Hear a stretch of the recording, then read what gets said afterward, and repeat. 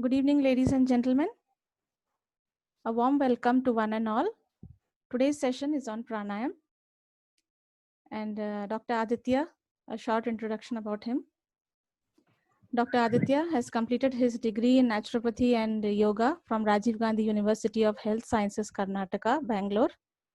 He has worked in STM Hospital and Yoga and Naturopathy and Shatayu Ayurveda and Yoga Retreat Center.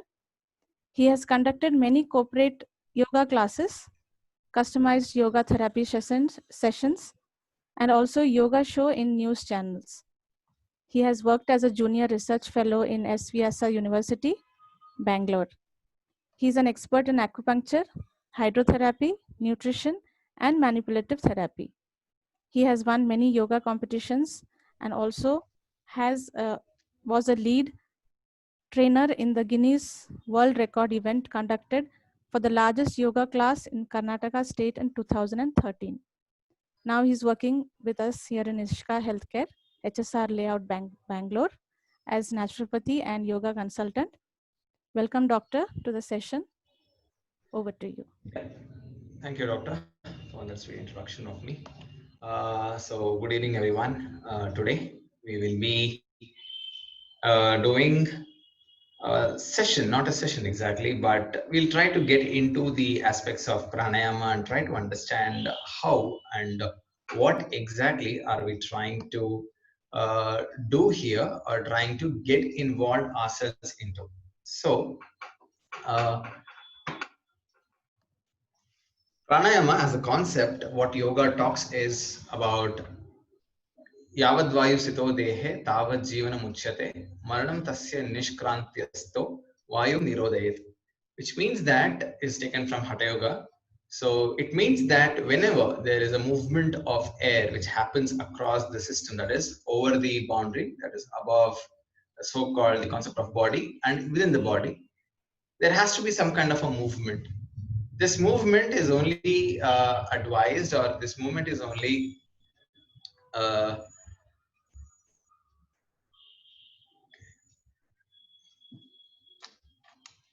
sorry for that. Is it audible now?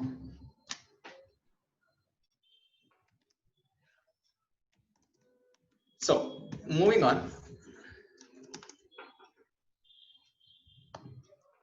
So, that's what we are talking about in yoga as such. What exactly is. Yeah, you're audible, doctor. You can continue. Okay, fine. So, whenever the movement of air happens within the body system and above the body system, these two things are always there. So the force which is there around us is what making us breathe in and breathe out. That's the reason why Patanjali Maharaj says, especially in his sutras, that tasmin sati shwasa prashwashayor gatir vichedaha pranayama. That is the force or the pressure of these things around you, which is surrounding you, is what is going to create as pranayama. And also says that Bahyabhyantara Stabda Stamba Vrittir Deshakala Sankhyabihi Paridishto Dhirga Sukshmaha.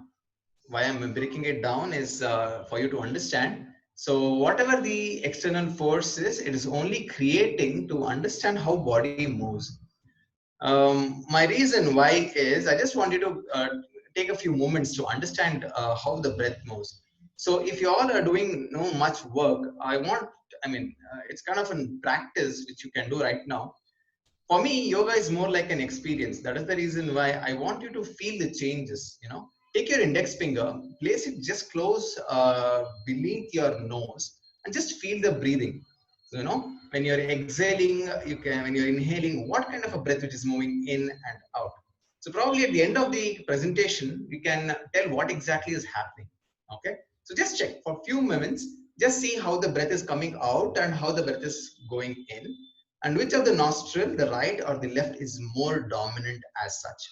So once that comes into your mind, and slowly as we go into, because we have a lot of things to cover today, like this, we can try to understand how well the concept of breathing happens in your system as such. So pranayama is after you've done this, I hope you have taken a side, like either the right nostril or the left nostril. it's breathing more better. So the pranayama is nothing but the science of breath, how so-called non-living thing is converting into a living thing, and how the life itself is taking care. Because see, whatever you eat, it's basically either dead or it is not living per se. Which you are seeing is basically a reflection which is falling on an object. Which you are sensing is nothing but a sensory information. So which you're breathing is also basically a mixture of air which contains of nitrogen, oxygen, and all the other compounds. And also the thing which you drink is also nothing but combination of hydrogen molecules and oxygen molecules. So basically it's just chemical in nature.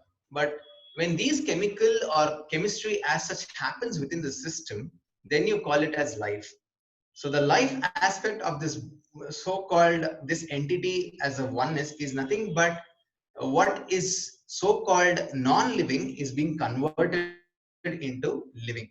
So why does that happen, or how is that happening, is because of the two definitions which we can get, or two things which we can see in the word pranayama. So prana means vital energy.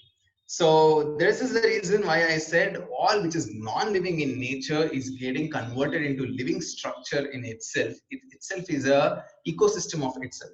So expansion is not just the lungs which is expanding. You must have remembered down the lane 30 years back, 40 years back, or even when, whatever be your age, you must have aged subsequently. So when you are born, you're not born the same way. You are born with a little bit of structures of your hands, little bit structures of your eyes, little structures of your body as such. Now we have grown up. So this growing up initially didn't happen overnight, because of the food what you had, because of the breath what you take, because of the water what you drink. Slowly this came into existence. So this was there already. Only thing is we have been doing this on a repetitive mode. So what we say about this repetition is nothing but life. So once you need to understand, if you can just stop your food for a day, then you can survive probably for a longer than a day. That is the reason why we do fasting. And today's being Ekadashi, it's a fasting day for many of the people. Similarly, if you don't drink for one day, it's okay. Your body can tolerate a little bit of restraints without drinking, but not a moment can you stay without breathing. So that is the reason why breath becomes a very important matter for your existence and survival. So what exactly is prana? So prana is the vital energy which is giving you these life moments. This life energy is built by itself. So basically it is governed by 10 pranas. 5 are major vayus and 5 are non-major vayus. We'll discuss it. So prana are basically the vayus, or the energy levels, or the functioning aspects of your so-called system. So prana comes from lungs, or we can, as you can see in the picture here, prana comes from the lungs, which harmonizes the system. Apana comes from the lower abdomen, and it is taking care of your elimination. Udhana is in your throat, looking after all the sensory functions. Samana is in your upper body, looking at your homeostasis of your body. And Vyana is in the muscles, or all the organs which are so-called non too much inclined into the orientation or non-involuntary in nature, but it needs for a function like that of your muscles. This builds everything around together. So this likes to bring together and tries to make this into a possibility. So as you can see, here are a few postures where exactly the vayus are located in your body. It is not just that vayus entering into the system and going out, it is making an impact in your body as such. Along with that, we have 5 minor pranas like Naga, Kurma, Karika, Devadatta, and Dhananjaya. So these 5 upapranas are basically also involved in relieving pressures in your abdomen. It also takes care of your so-called pressures in your abdomen, that is of your belching and hiccups. Kurma also takes care of your blinking of your eyes, irises, and all the sensations of that. Karika takes control of your sneezing reflex, your coughing reflex, your hunger, and your thirst. Devadatta controls the sleeping patterns, yawning patterns, and all the other things. Dhananjaya is what is actually keeping your body intact. So it also produces phlegm and nourishes. So basically it's present in your lungs. So of which basically this is to majority of you people who are actually practicing yoga. You need to understand all the postures in yoga. You need to understand all the techniques, and the way you bring out these into experience is basically done through Hatha Yoga practices. Patanjali has never stated any kind of a specific asana, any kind of a specific pranayama, or any kind of a specific way of doing things. He has generally given you a thread. That is what you call it literally as a sutra.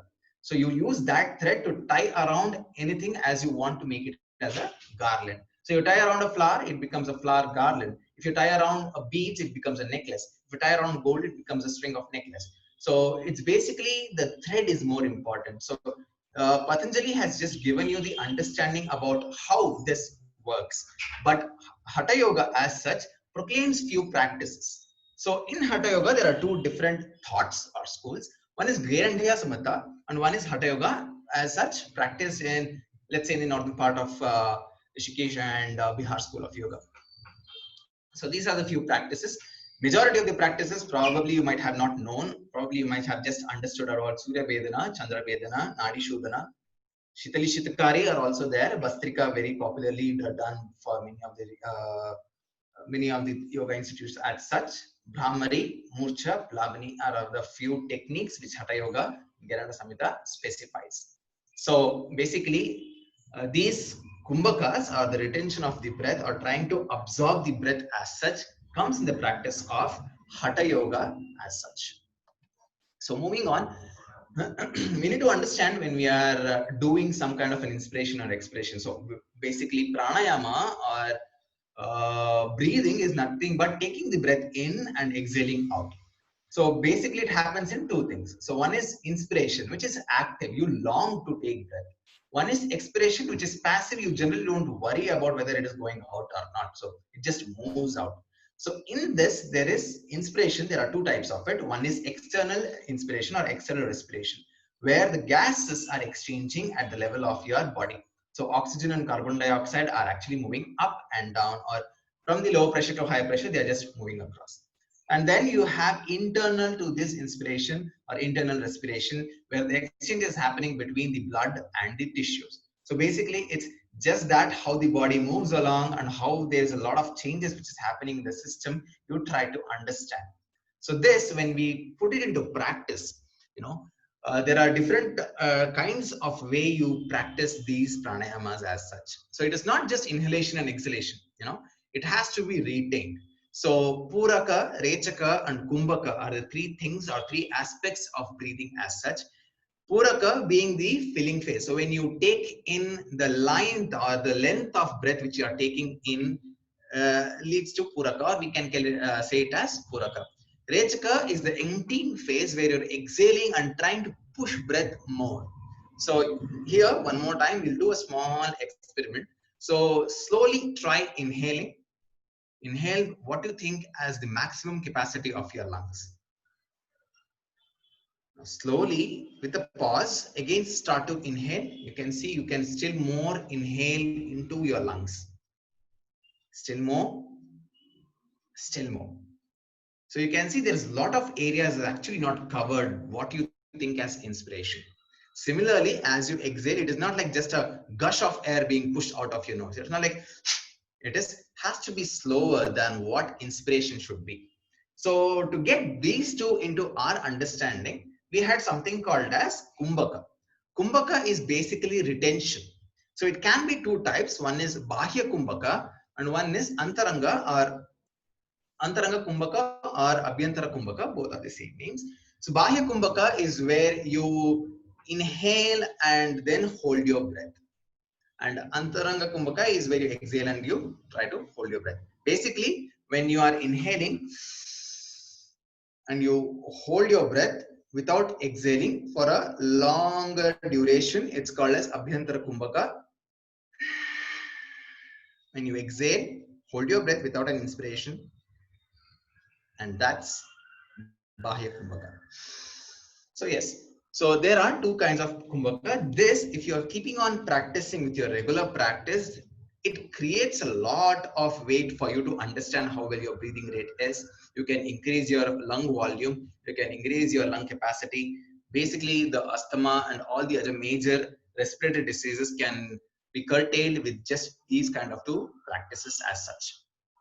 So you must be knowing, or you must be asking a lot of things like, how is this even possible on a physiological terms? That's why we are here. So one is the flow of prana along the way. That is, it is not just the breath, it also the prana which is creating in your body.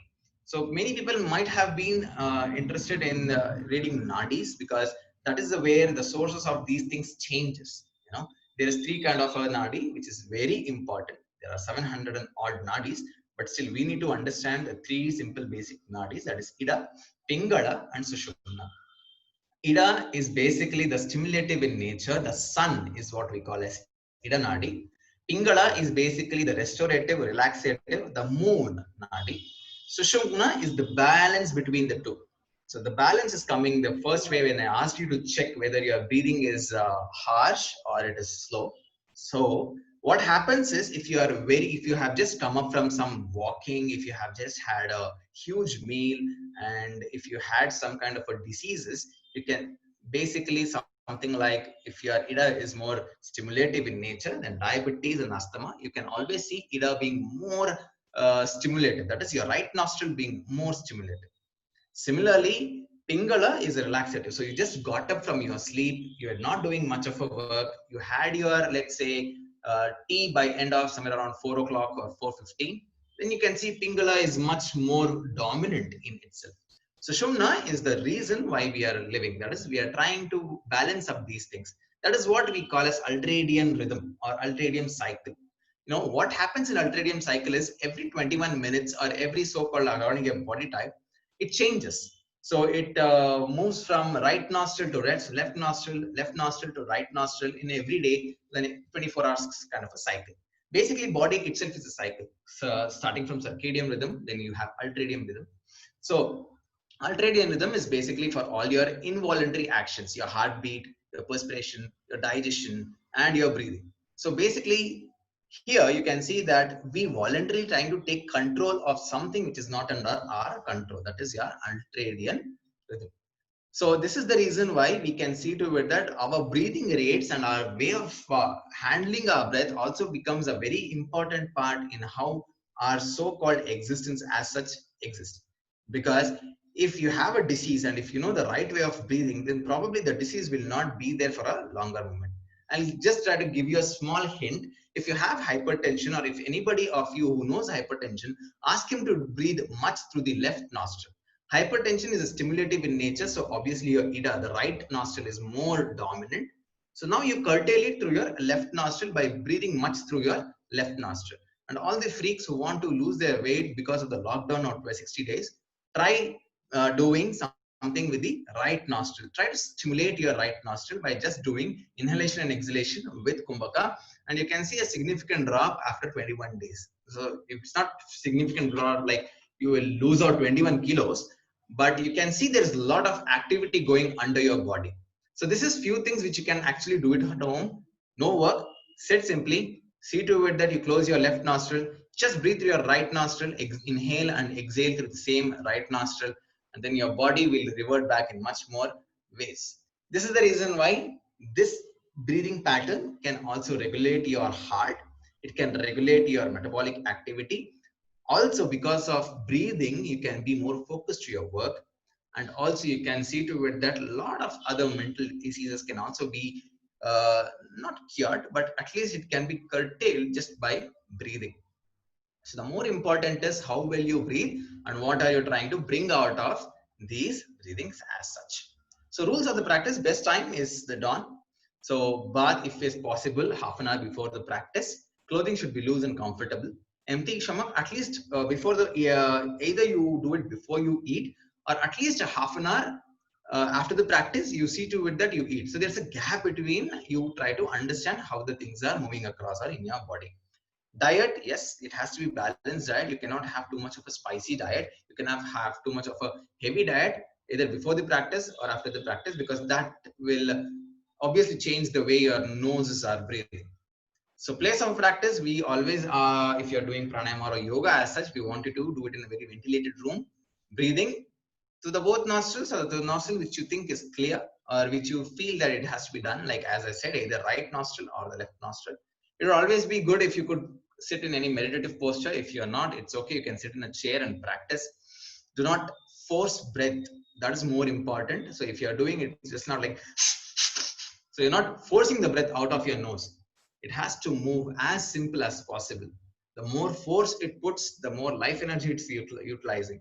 That is why don't strain your breathing. Let it be as smooth as possible. The inspiration is smoother. The explanation is more wider, longer, and it has to be more deeper. So it's not important how you breathe in. It's important how you breathe out.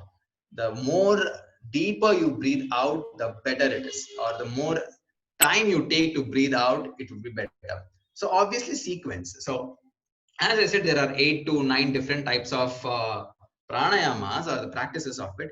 Always you do with it, you start with energetic practices like that of Kapalbhati, Bhastrika, or any of them, and slowly come back to relaxative like that of let's say Brahmari pranayama. So you always move from stimulative practices to relaxative practices. But if you are focusing on just one kind of a disease which you are very focused and you just want to look at this without taking the utmost health, then probably you can shift it to one kind of an asana or one kind of a breathing pattern for probably a longer period of time. So let's practice. Now again, after a few moments, you can just see, check your breathing rates or check your breathing patterns just by keeping your hands beneath your nose and try to feel if there is any kind of a change in the way you're breathing. If not, then let's see, you have to slowly build this upon yourself. So using your thumb, close your right nostril and the little finger closes your left nostril. See to it that the breath is more slower than what you think. So it is not like going this. So it has to be very slow. So when we are slowingly, I just show one nostril, that is right, how it has to be done, what goes in and how it comes out. You just have to see. Okay.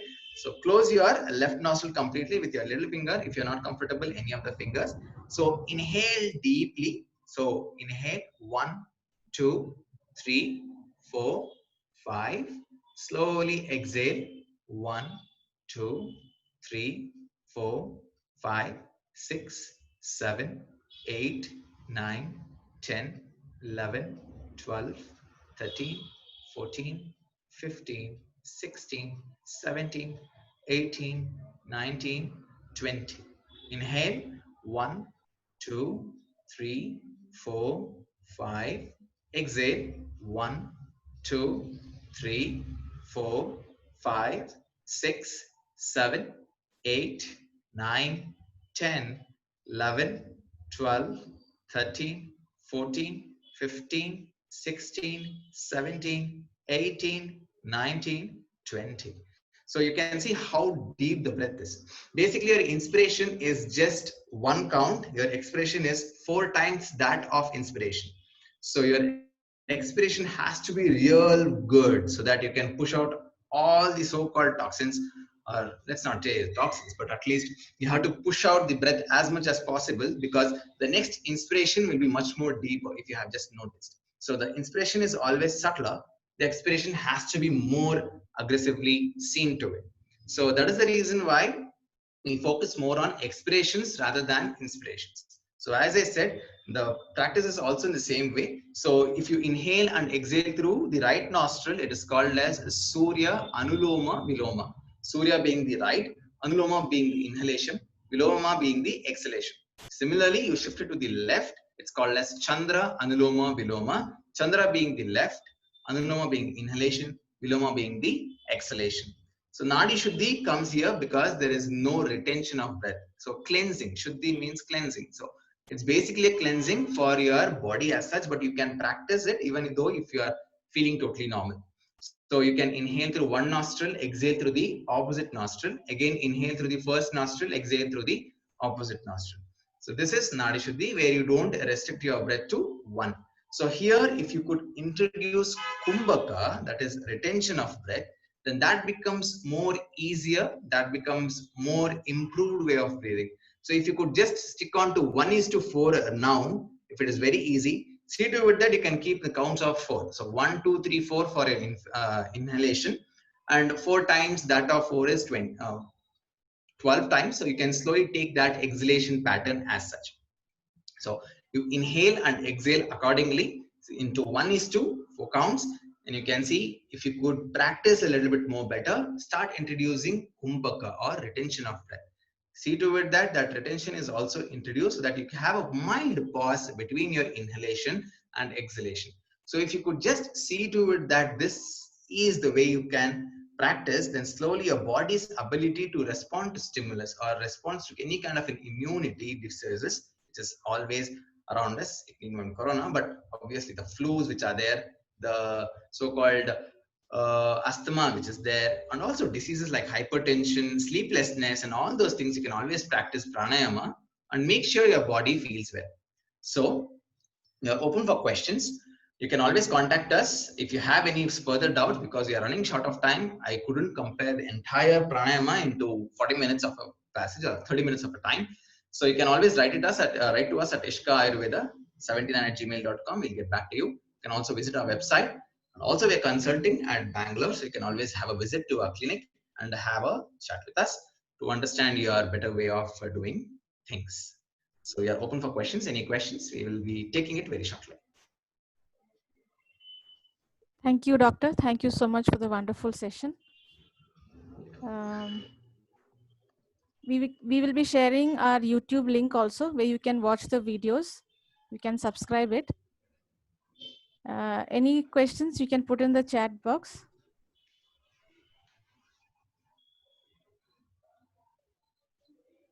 Or you can just unmute yourself and you can talk to us.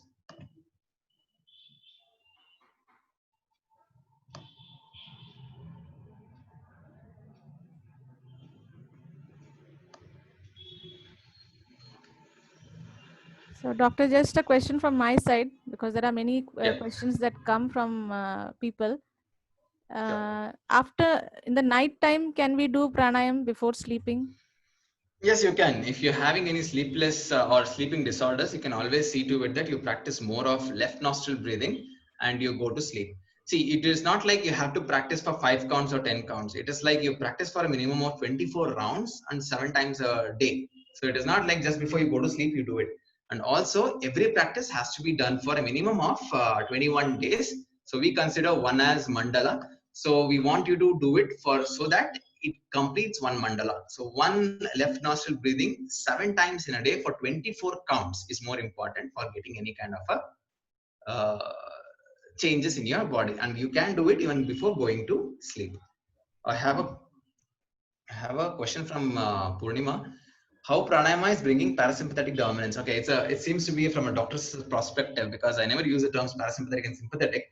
So yeah, pranayama is bringing more parasympathetic dominance is because of this. You know, as I said, this is the only ultradian rhythm which is under control of humans. So because of this control which we are consciously doing, there always, if you try to bring more of left nostril breathing, then that reduces the sympathetic dominance and increases the parasympathetic dominance. So left nostril breathing increases parasympathetic dominance because of the control of our way of looking into this thing.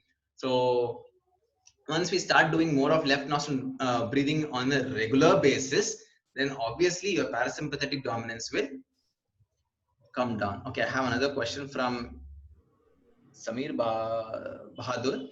Can a person suffering from chronic fatigue syndrome perform pranayama, and if yes, which pranayama particularly? Okay, so chronic fatigue syndrome is basically it's kind of where your body is running out of your energy levels on a greater level. So it is not like just breathing through one nostril or both the nostrils. It has combination of multiple things. So for first and foremost, you can practice it with so-called Surya Vedana, that is right nostril inhalation and left nostril exhalation, followed by right nostril inhalation and right nostril exhalation. That is Surya Bhedana, Surya Anuloma Viloma, followed by Nadi Shuddhi. Why here more of right nostril breathing is introduced is not because your body is pushing more of a symptomatic response there.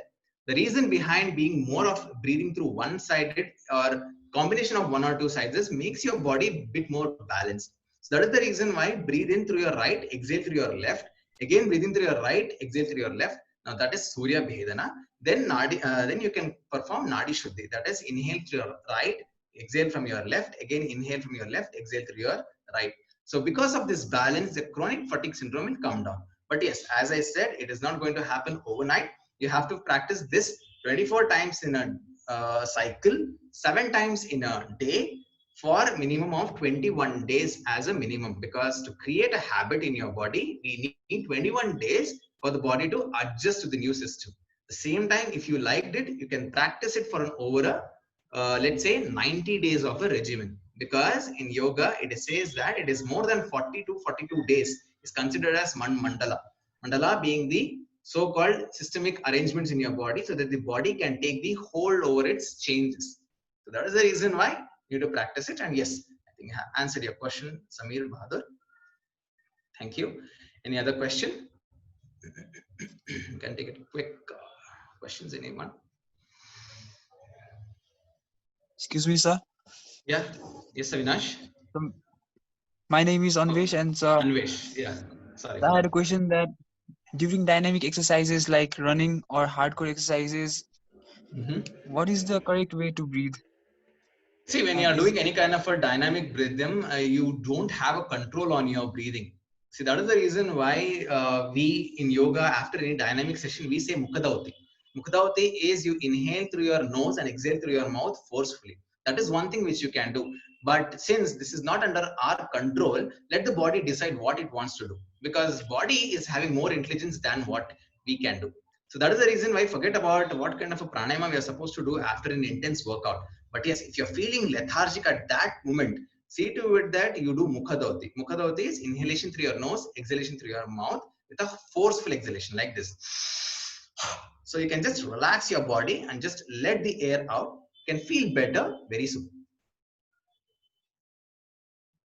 Thank you, sir. You're welcome.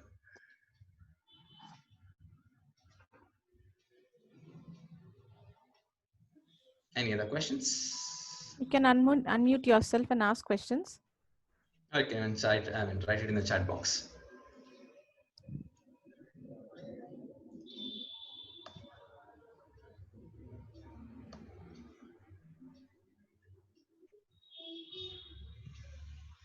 So I think we'll wind up We'll today. wind up. Yes. Thank you, everybody. And thank you, everybody.